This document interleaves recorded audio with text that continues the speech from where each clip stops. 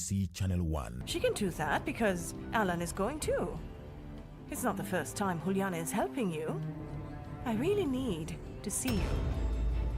Well, I'll have to see if I can transfer her. It's all right. If you take her to Chiapas, then everybody will find out that she's already dead. I'm sorry that I didn't tell you right away. But I didn't want you to have any false hopes about this. But it seems everything is telling us that your mother is still alive. And she's in Guatemala.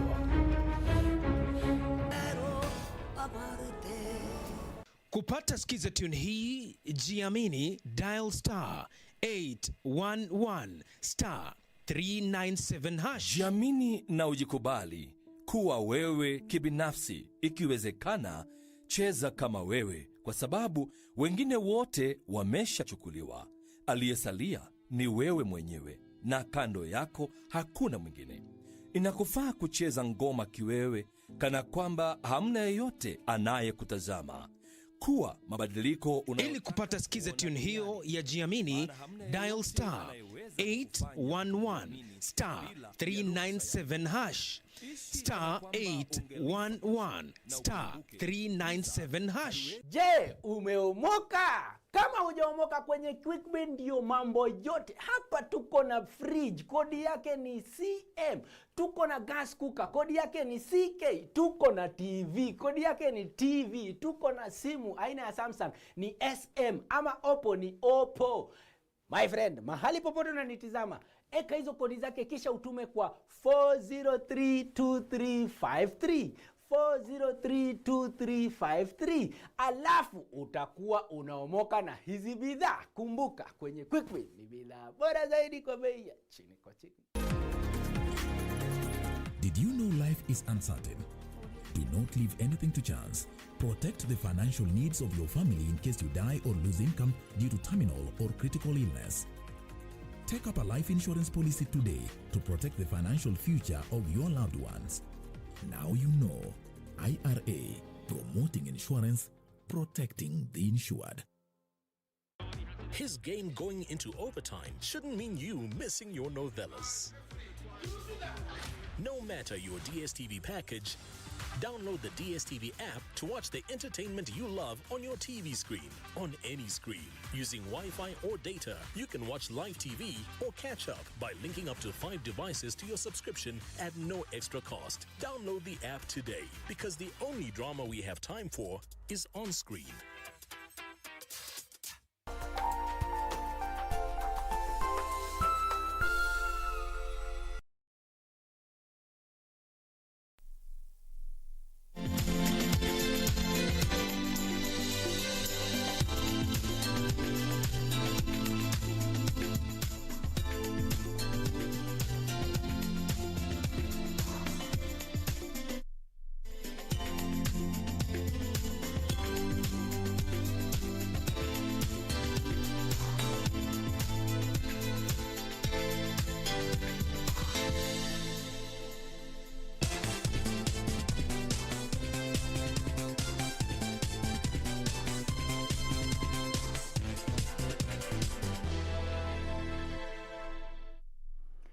A very good afternoon to you. We appreciate you creating time to catch the latest in Kenya and beyond borders on this 17th day of May, the year 2021.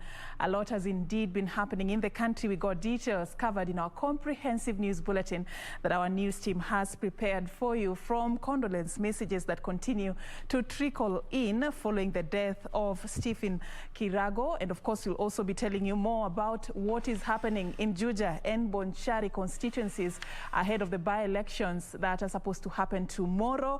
And reactions concerning matters BBI continue also to shape conversation in the country. We got details about those among other stories in our comprehensive news bulletin that begins right now. Welcome on board. My name is Serfine Achieng Ouma, and our sign language interpreter is Ann Wangeshi.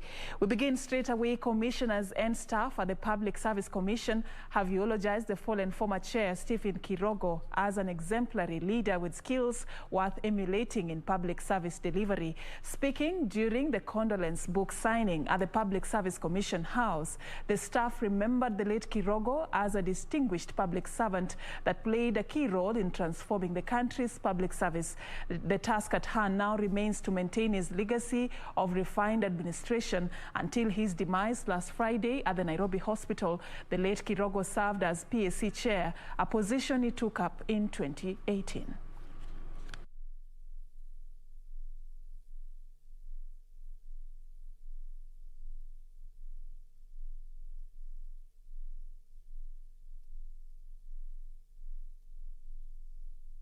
He was always one person who always used to know what changes, what transformations required to be done in the Public Service Commission. So that resonated very well with the many things that as a commission we do. It is with a heavy heart that I mourn my boss, my friend. His legacy, we outlive him. He has done so much for the public service. And for those of us in the commission, we always remember the citizen-centric vision that he had for the civil service.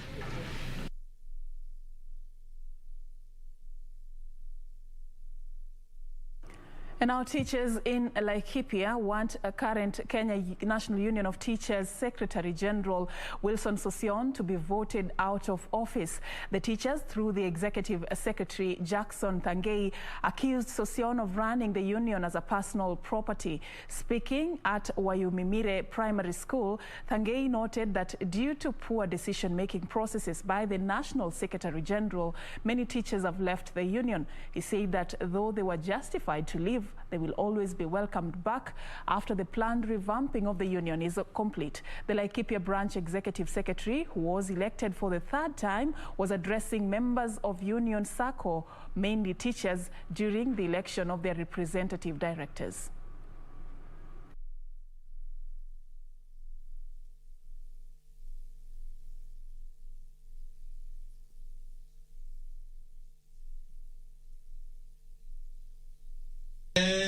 Nilipokuwa naenda siasa hapa na pale with my friend Wagogo, kumbuka tulikuwa tunasema hii chama imeenda chini, and the truth of the matter is that the so-called KNUT, it is still there because I know you are members. When we got you came, there's only that the government of the day and the SOSSION and the wale wengine waliharibu mpaka most of you said to move.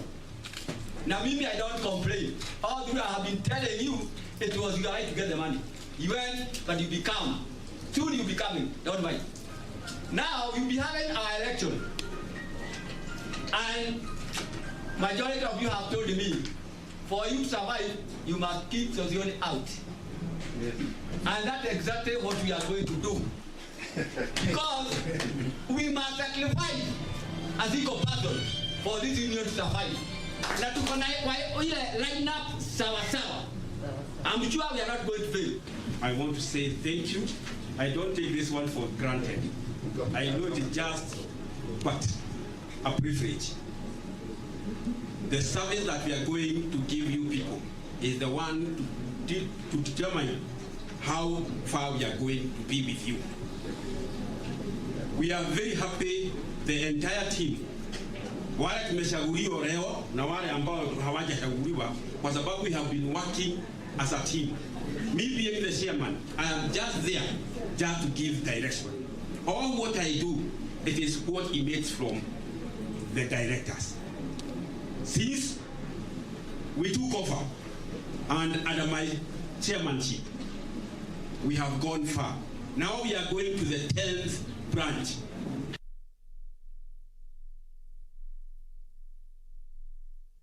Right away from that, it's now matters by-elections in Juja and Bonchari, and the stage is now set for the by-elections in Juja and Bonchari constituencies slated for tomorrow.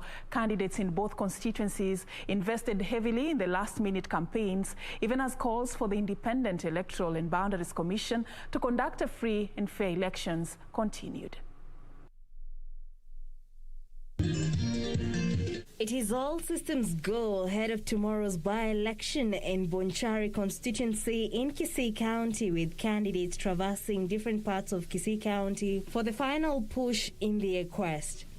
Kenya Social Congress candidate David Ogega and the New Democrats Party candidate John Ondieki have dismissed claims they have quit the race, accusing their opponents of playing dirty politics. There is a rumor that has been going around, which has been manufactured by some rumor millers on WhatsApp groups, that I have stepped down in favor of somebody.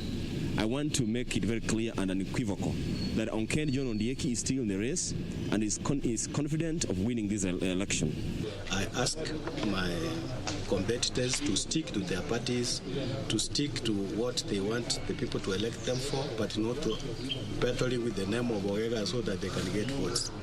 And I believe they are having some phobia about my candidature, and that is why they are battling such lies. And I would wish to state very clearly to the voters of Bonchari, I'm clearly in the race and a frontline for that matter. The race to replace former Member of Parliament, the late John Oro Oyoka, has attracted 13 candidates, among them his widow Teresa Bititu, who is vying on a United Democratic Alliance party ticket, Pavel Oimeke, Orange Democratic Movement, Zebedeo Opore from Jubilee, Kera Mary Sali Otara from the United Green Movement, Eric Oigo from the National Reconstruction Alliance, among others. The candidates have called on the Independent Electoral and Boundaries Commission to conduct a free and fair exercise. Similar calls were made by residents of Juja constituency who are hoping to elect their new Member of Parliament tomorrow. The residents have expressed their desire to elect a leader who will be accountable and work in their interest. Mtu ambaye amekuwa katika shida, anajua shida zetu, huyo ndiye ambaye tunahitaji. Sio mtu wa kuletewa, mtu ambaye anatoka mbali aje hapa ili aweze kugawa pesa zetu akipeleka mbali. Tunataka yule wetu. Tutaangalia vitendo ya kiongozi, atuangalii chama. Tunataka tupewe chance ya kujichagulia kiongozi ambaye tunataka sisi kama wakaaji wa Juja. The constituency has about 115,000 registered voters across 5 wards. Area leaders have urged the residents to come out in large numbers and vote, affirming that all measures have been put in place to ensure integrity of the exercise. Ningeambia wakaaji wa Juja msiogope. Dunia mzima imemulika Juja kuhakikisha ya kwamba utapewa haki yako ya kidemokrasia kama mkaaji wa Juja. We have put agents in every polling center. We have put agents at the tallying center. We shall ensure every ballot casted is counted without any form of intimidation. The seat was left vacant following the death of former Member of Parliament Francis Monyo alias Wakape, who succumbed to cancer in February this year.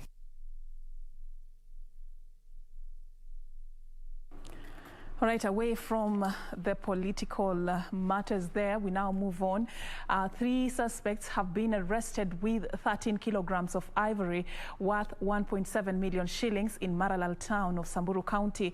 Maralal OCPD Alex Rotich said the 3 were nabbed after officers from the Kenya Wildlife Services and the Directorate of Criminal Investigation got information of their plans.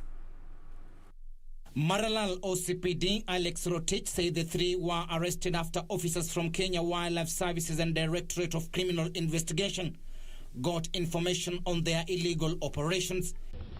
Leo minamo kitu kama saa 10 tulipata habari ya kwamba iko waindaji haramu ya ambayo wauaji wa ndovu na walikuwa wanataka kusafirisha waelekee sehemu ambaye wanachua wenyewe walikuwa wanataka kuuza.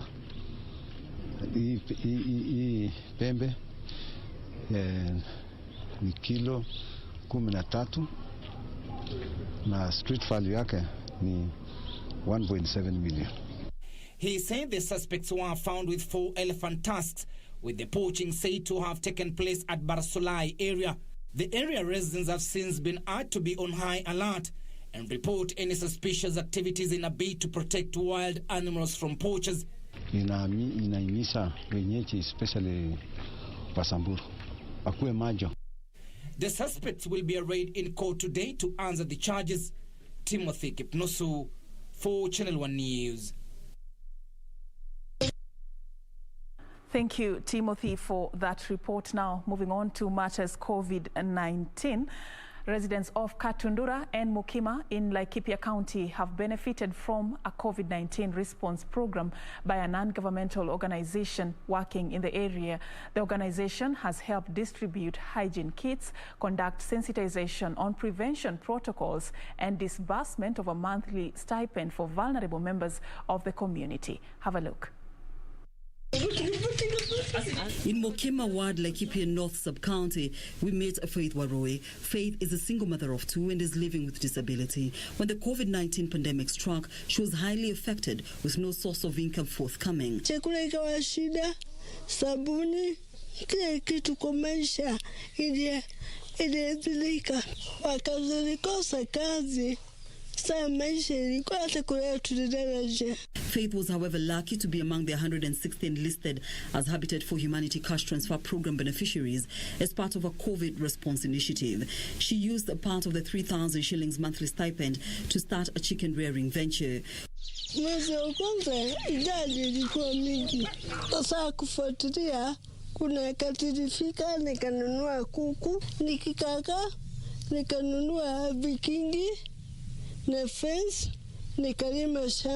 With money from the sale of eggs and chicken, she's able to hire someone to till her land, where she's practicing organic farming. Kuku ikitaga, wanachukua mayai na peleka kwa soko ili nipate sabuni na chakula. Other interventions by the COVID response program included distribution of hand-washing kits and sensitization of the Ministry of Health prevention guidelines for residents of Naibor, Karyunga and Marura. Plans are underway to drill a borehole set to serve 500 families in Kandutura area.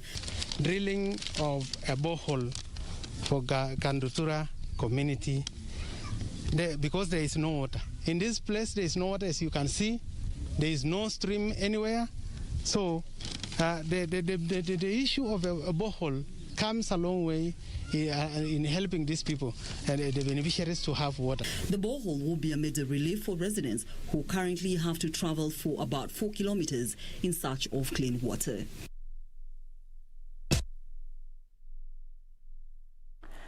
That report by Caroline Kamau takes us to our first break here. We still got more lined up for you ahead. Do stay with us.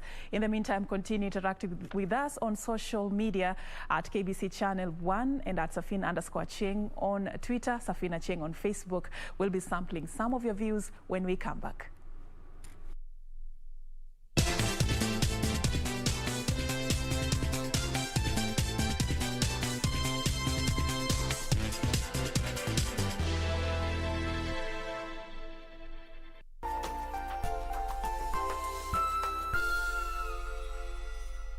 Je, umeomoka? Kama hujaomoka kwenye QuickBin ndio mambo yote. Hapa tuko na fridge, kodi yake ni CM.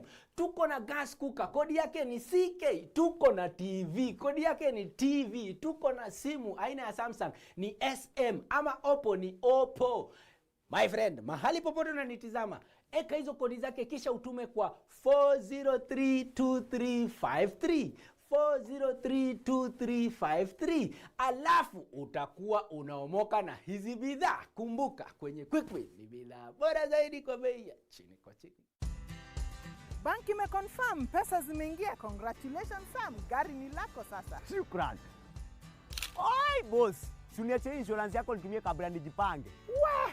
Insurance ya gari haiwezi kuwa transferred kwa mtu mwingine. Sina habari na nikuulize. Hii comprehensive insurance inakava vitu gani? Comprehensive motor insurance inakava gari linapoharibika wakati wa ajali pamoja na uharibifu wa mali ya mtu mwingine, gari likiibiwa au likichomeka. Pia inakava passenger wa gari lako na passenger wa lile gari lingine kunapotokea ajali. Kwani umenisahau mimi kama driver? Dereva hakui covered na comprehensive insurance ila anajitafutia personal accident cover. Umenichanua. Rose, hata nishughulikie hiyo insurance, nitakujia gari kesho. Okay, sawa. Yeah. Ujumbe huu umeletwa kwako na IRA. IRA, bima bora kwa taifa. Tonight on KBC Channel 1. You've never been over to a classmate's home or a girlfriend's home for dinner? Not even once. Impossible. Haven't you ever dated a girl before? What are you doing?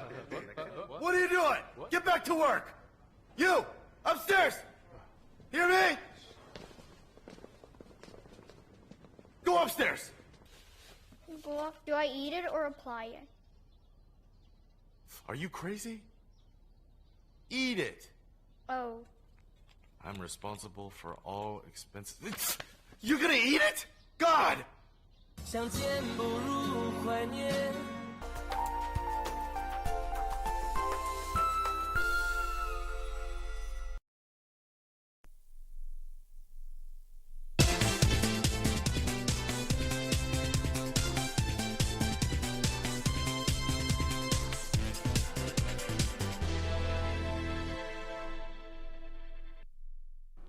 Welcome back, and now let's move on. Jomvu Constituency Development Fund has been given a clean bill of health by the Parliamentary Constituencies Development Committees. The committee, led by its chairman Wafula Munyinyi, lauded the CDF team for prudence in the utilization of funds, as well as initiating projects with direct impact to the constituents.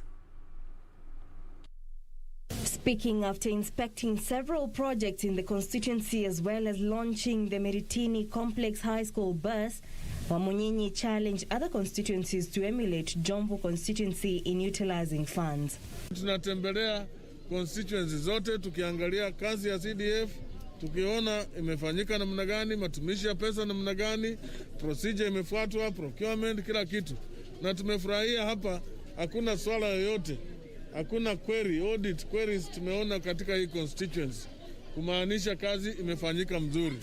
On his part, Bahati Member of Parliament Kimani Ngonjiri, who is also a member of the committee, called on Kenyans to oppose any move from any quarter to disband CDF, arguing the KITUI has played a major role in developing constituencies. Iko kotini kuondolewa. Wewe kama ni mimi ungekubali iondolewe? Ungekubali iondolewe? Pesa ya mashinani, pesa ya CDF, pesa ya basari iendelee kuwa nini? Kuwa mashinani. Jomvu Member of Parliament Badi Twalib revealed that he has allocated 6 million shillings for bursaries to benefit 600 students from the constituency joining Form 1. Mtoto aliyoko Form 2 anaweza kuongea na mwalimu, lakini yule anayeingia Form 1 akikosa nafasi, hakuna nafasi tena atakayoipata. Kwa hivyo katika hizo milioni 6 nimesema kila mwanafunzi nitampatia shilingi 10,000 ambao hao ni wanafunzi 600 wa Jomvu utakaowasaidia. The parliamentarians were accompanied by the CDF board during the tour. Reporting for Channel 1 News, I'm Jackie Wambero. Thank you, Jackie, for that report. Now, on to some unfortunate news. A border rider and his passenger died on the spot at the KIMENDE Trading Center along Nairobi-Nakuru Highway after they collided head-on with a PSV matatu. The border rider tried to avoid a hooting vehicle before meeting head-on collision with the matatu and died on the spot.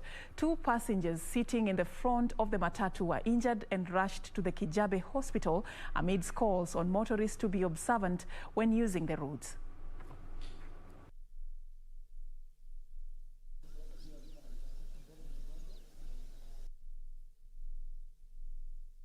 Walikuwa wanaondokea gari lingine lenye liliwahut, sasa wakarus control, wakanja upande wangu, sasa tukagongana na wao.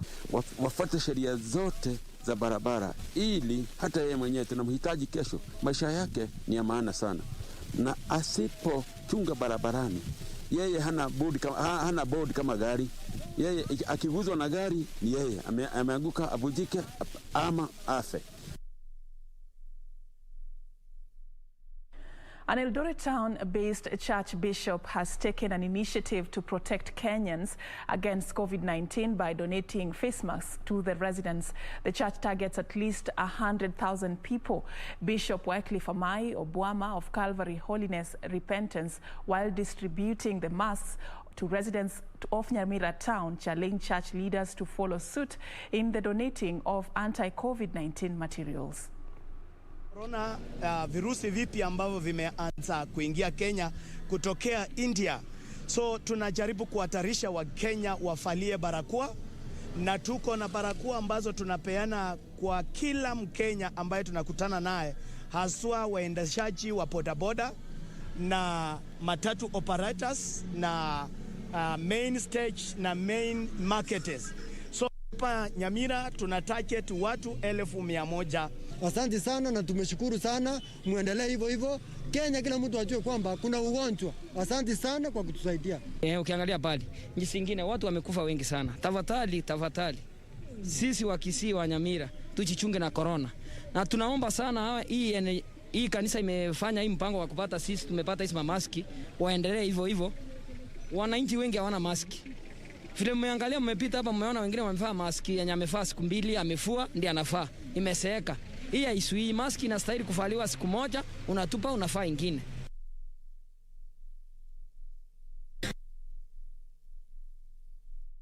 Now on to matters BBI. The Orange Democratic Movement and the Building Bridges Initiative Secretariat is expected to file an appeal against last week's High Court ruling that declared the entire BBI process an illegality. Attorney General Kihara Kariuki has already filed a notice of appeal for the ruling that continues to attract varied reactions from the political class. A declaration is hereby made that the President does not have authority under the Constitution to initiate changes to the Constitution, and that a constitutional amendment can only be initiated by Parliament through a parliamentary initiative and Article 256. The ruling on Thursday appears to have split the political class right in the middle. Proponents of the referendum aggrieved by the ruling, accusing the 5-judge bench of usurping the Constitution and exposing President Uhuru Kenyatta to possible litigation. Those allied to Deputy President William Ruto are in a celebratory mood, hailing the judgment as an intervention meant to end wastage of government resources through an unnecessary bid for law reform. The Orange Democratic Movement, a key stakeholder in the BBI process, and the BBI Secretariat, co-chaired by former Dagoretti South MP Dennis Waweru and Minority Whip in the National Assembly Junet Mohammed, are expected to file an appeal against the decision today. The Secretariat alleges bias on the side of the judges, whom they accuse of engaging in extra legal issues or delivering the ruling. And while the Attorney General Kihara Kariuki filed a notice of appeal yesterday, a member of the defunct BBI steering committee, who is also the Samburu woman rep Mason Leshomo, faulted the High Court ruling, saying Kenyans participated in the BBI process through public participation. Tulitembea miaka 2 na ingefaa muhimu ifuatiliwe maoni ya mwananchi. 2 MPs from the Ukambani region, while speaking separately, have differed sharply over the fate of a BBI process. Kitui East MP Mbai pointing his finger at ODM leader Raila Odinga, accusing him of exposing Kenyans to an unnecessary and illegal bid to change the constitution for political gains. Wale watu wawili wenye wanakubaliwa na wako na ruhusa ya kubadilisha katiba, kwa sababu katiba ni ya wananchi, ni wananchi wenyewe kupitia ile popular initiative na wambunge ambao wamechaguliwa kufanya ile representative democracy ya kuja kuwakilisha wale wananchi wenyewe kwa mbunge.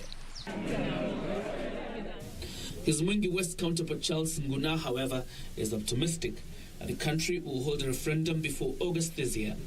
The president was not the promoter of BBI. President only facilitated in BBI documentation. He just gave his opinion just like any other Kenyan.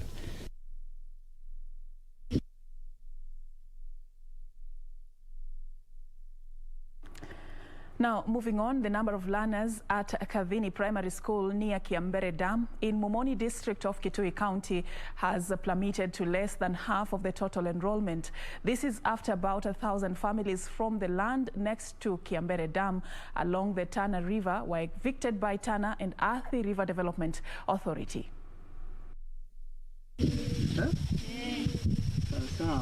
Kathini Primary School head teacher Charles Mwangangi said only 67 pupils have reported to school so far out of the total 250. This, he said, has been attributed by the fact that hundreds of families living next to Kiambere Dam along the Tana River were evicted, making it difficult for the children to access the school.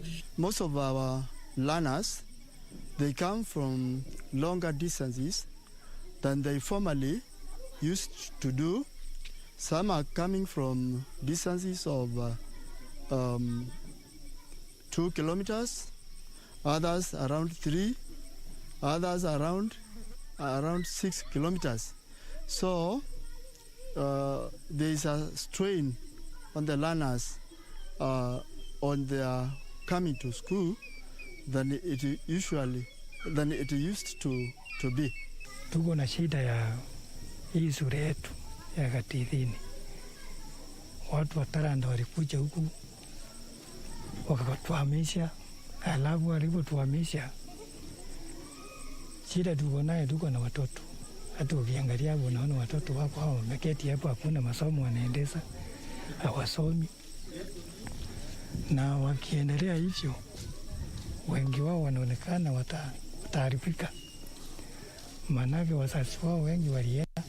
He disclosed that the fate of the school also hung in the balance because it sat on the land that was being claimed by Tarda and has not been officially registered by the Ministry of Education since it was started in 2014. So far up to this time, we have not managed to register the school, and we have children who are in class 7, and next year they'll be expected to sit for KCP, and they cannot be registered for the exam unless the school is registered.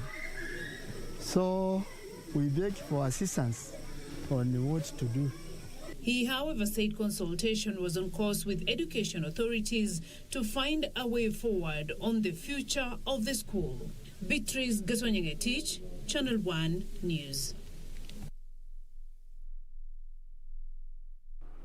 Still on matters education, some good news here. At least 62 vulnerable children from Mere in Malindi sub-county can now afford to smile after a foreign donor agreed to support them in paying school fees for their education.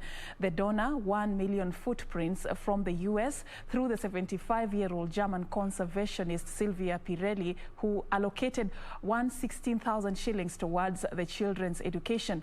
The US-based foundation has also built a 500,000 shillings toilet at their school, which lacked the basic sanitation facility. The school had only 2 old toilets. You see how far we have gone. We have now 2 new classrooms. We're going to have a kiosk there that will support the income a little bit. And now we have a brand new toilet, and that is very important.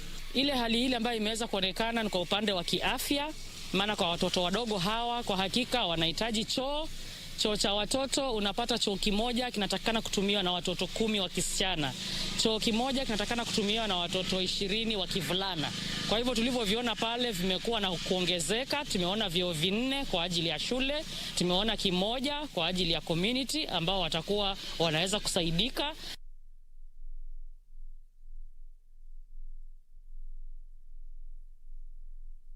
Now, moving on, a 47 million shillings health center project in Sabuli town, WAJIR South constituency, is wasting away 11 years after it was completed because the contractor has not been paid. According to the project's contractor, Aden Yusuf, he won the bid to build the health center in 2009 and completed it in 2010, but only received 40% of the total payment to date. Yusuf alleged that his bid to seek intervention from the Ministry of Health and the county government have not borne any fruit. Most of the rooms in the facility are filled with cobwebs and dust, while metals have started rusting, while the compound looks deserted. Hiyo wakati hakuna serikali ya government base ambao wametoa. Hitaji yetu ni 2. Moja, hii building wanasaidia watu nyingi sana. Nataka serikali angalia na afunguliwe. Ya 2, nataka tubate base yetu ambao tunaongojea 11 years and sisi kama wenyeji wa Sabuli tunaendanga 75 kilometers kupata matibabu. Na hizi manyumba serikali ndio imetujengea mpaka wa leo. Hii manyumba imefungwa na hakuna mtu kama ni MCA, kama ni area MP, kama ni governor wameshughulika kuwalipa contractors.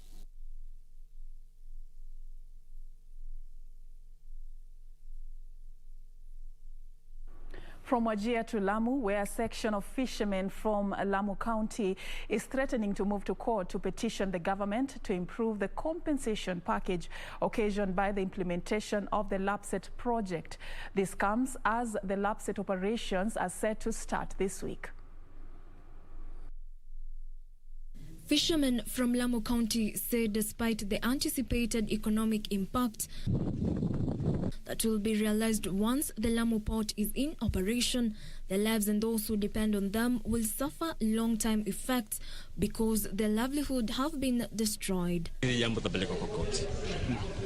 Tupate suluhisho kwa koti. Tutaweza kulipwa hiyo pesa ndogo sana kulingana kulipwa na nguvu. Wajua tumeona watu wamelipwa ridhaa mzuri, mtu huweza kufanya maisha yake akaata jambo hili akashika jambo hili.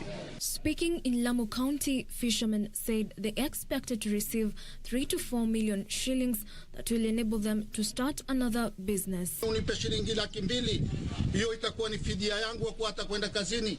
Heri kila siku nikapata shilingi 500, itakuwa ni ya kila siku kuliko kupata 200,000 za mara moja. Hiyo sio pesa, hata tunaja nazo kutegemeana na lile dau mpaka kulimaliza pesa zake na lot of money. Dau peke yake ni 400,000 kuliunda, mashini 250,000. However, they say they were shocked to learn that the LAPSSET authority plans to give them 200,000 shillings as compensation.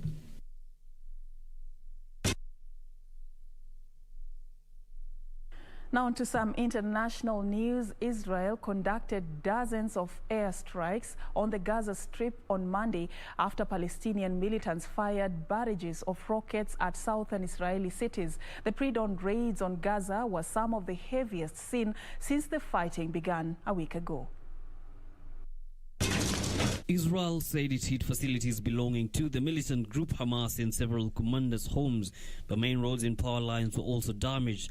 The Israel military said more than 50 warplanes conducted a 20-minute attack on the Gaza Strip.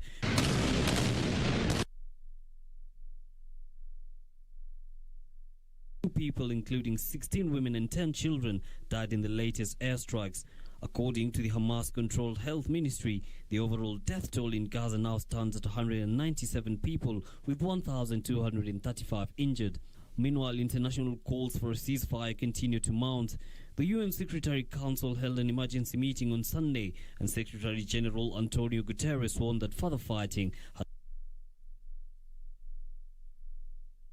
has. He pleaded for an immediate end to what he termed as the utterly appalling violence.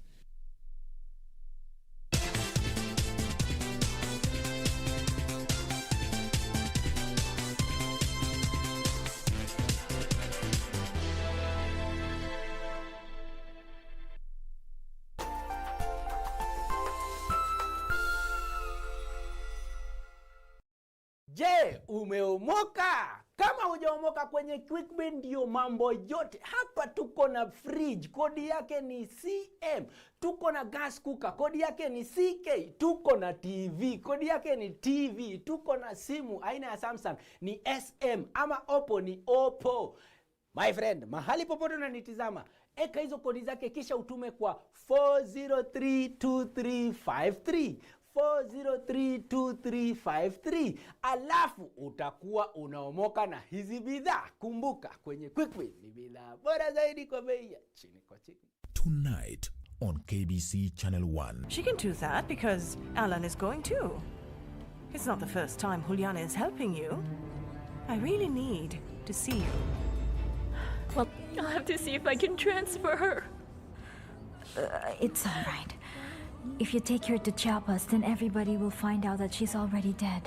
I'm sorry that I didn't tell you right away. But I didn't want you to have any false hopes about this. But it seems everything is telling us that your mother is still alive. And she's in Guatemala.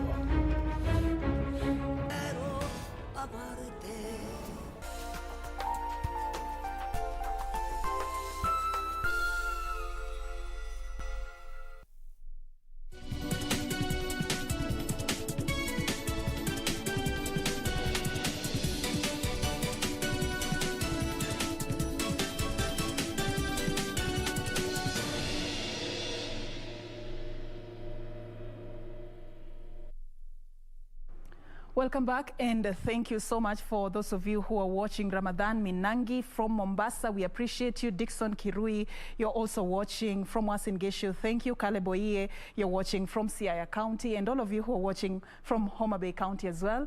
In Diwa, we appreciate you creating time for us this afternoon. Now it's time for us to cross into the world of business. The latest is that China's exporters are enjoying strong demand with global supply chain bottlenecks and rising raw material costs weighing on production. This is, however, cooling the blistering economy recovery from last year's COVID-19 slump. Details next in our international business news. The National Bureau of Statistics data showed factory output grew 9.8% in April 2021, in line with focus, but slower than 14.1% surge in March. Retail sales, meanwhile, rose 17.7%, much weaker than a forecast 24.9% uptick and the 34.2% surge in March. National Bureau of Statistics spokesman said while China's economy showed a steady improvement in April, new problems are also emerging, notably the rise in international commodity prices. In the factory sector, motor vehicle production growth fell sharply to 6.8% from 69.8%, due in part to the base effect as well as critical shortages of semiconductors used in car systems. Elsewhere, Tesla is seeking to enter the multi-billion-dollar U.S. renewable credit market, hoping to profit from the Biden administration's march toward new zero-emission goals. The electric car maker is one of at least 8 companies with a pending application at the Environmental Protection Agency tied to power generation and renewable credits, the sources said. Line says it's seeing the start of a strong rebound for travel as the easing of lockdown releases pent-up demand. Bookings are up from 500,000 a week in early April to 1.5 million a week now. From Monday, holiday makers from England, Scotland and Wales can fly off for some early summer sun as the ban on foreign holidays is lifted. Travelers can now visit 12 countries on the government's green list without isolating on their return. But the vast majority of tourist destinations remain on the amber and red list as the travelers must quarantine when they get back. Ryanair said it flew 27.5 million passengers in the year ending 31st March, down from 149 million the previous year.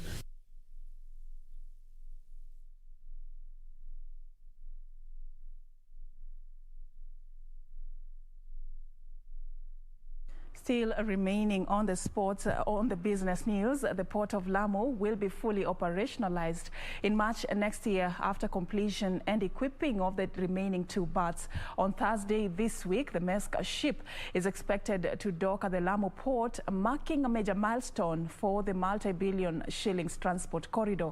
Once complete, the Lamu port is expected to make Kenya the African transshipment hub. MV Cap Camel and MV Sigo will be the first ship to dock at the Port of Lamu on Thursday this week as the new port starts operations. According to KPA Acting Manager Rashid Salim, the new port, which has a depth of 20 meters and berths measuring up to 400 meters wide, will see much bigger ships dock at the port compared to smaller feeder vessels that frequent the port of Mombasa, making the country a transshipment hub.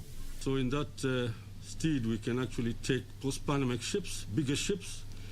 Bigger ships means bigger volumes of cargo coming in. There's economies of scale. And so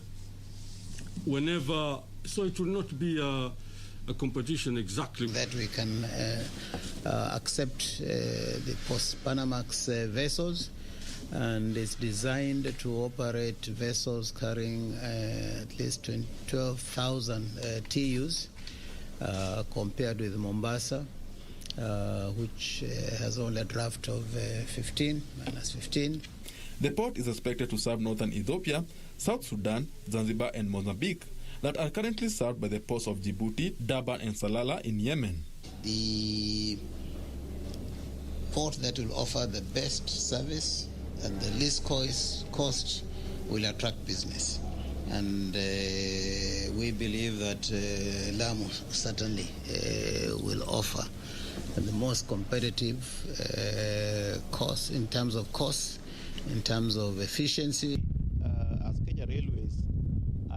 planning, first of all, to construct the marshalling yard, the marshalling for trains evacuating cargo from the ships within the port. To make the Lamu port more competitive, ships calling on the port will be given a 30 days free cargo storage moratorium and a tax rebate of up to 40% that are expected to be published by the end of this week. And this notice that is going to say is going to be published very soon. And at the same time, we have lots of series of meetings with the shipping lines. Some of them will be touring Lamu next week, and we're going to show them the facility. The government is also constructing various roads to help in the movement of cargo outside the ports. Benson Tuoba reporting for Channel 1 Business.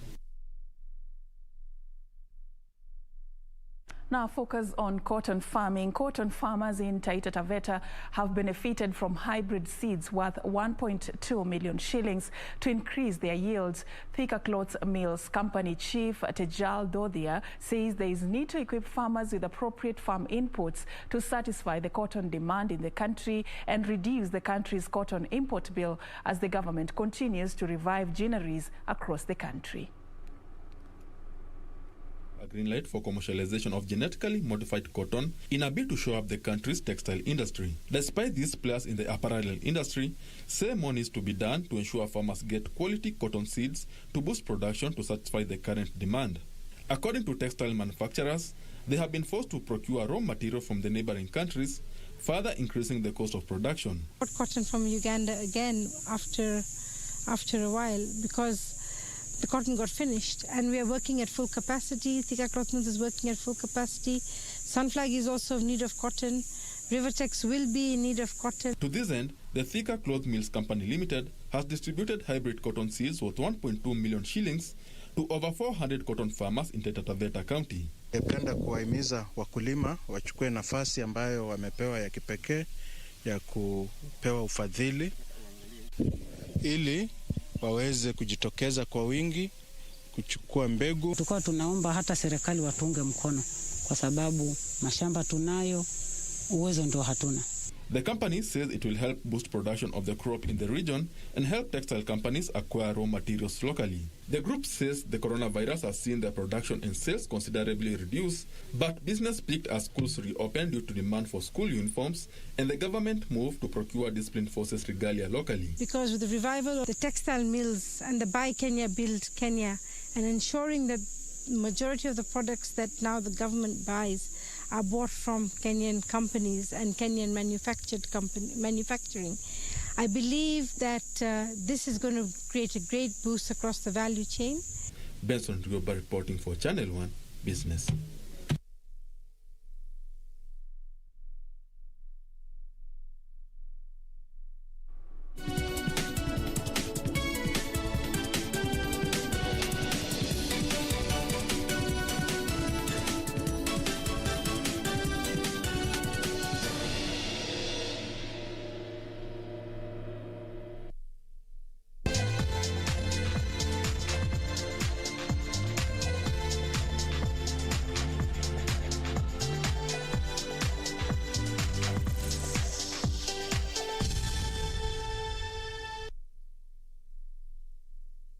Time for us now to focus on matters sports. Everton FC manager Carlo Ancelotti has expressed his dissatisfaction following the Toffees' 1-0 loss to an already relegated Sheffield United side. The result, the 9th home league defeat at Goodison Park, has dented Everton's hope of European football next season. Meanwhile, Liverpool's Alisson Becker becomes the first goalkeeper in Premier League history to score a winning goal after heading in a 93rd minute winner, reviving the Reds' hopes of qualifying for the next season's Champions League. Hal Robson-Kanu put West Brom ahead at the Hawthorns. Pushing at the moment, and the pushing that has got them in with Robson-Kanu, who scores.